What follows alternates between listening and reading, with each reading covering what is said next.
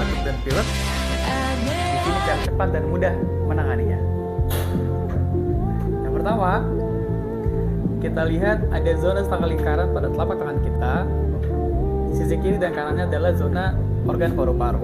Kita bisa menstimulasi menggunakan benda tumpul dengan cara menekan dan memutar searah jarum jam selama 1-3 menit.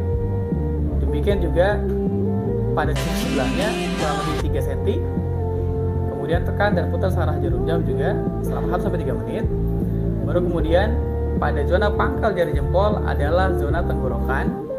Ini kita bisa lakukan stimulasi dengan cara menekan dan menggesek menggunakan benda tumpul tadi selama 1-3 menit sampai warnanya kemerahan.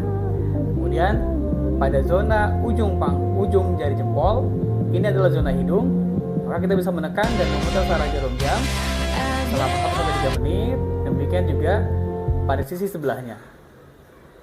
Lakukan teknik ini selama 1-3 kali dalam sehari.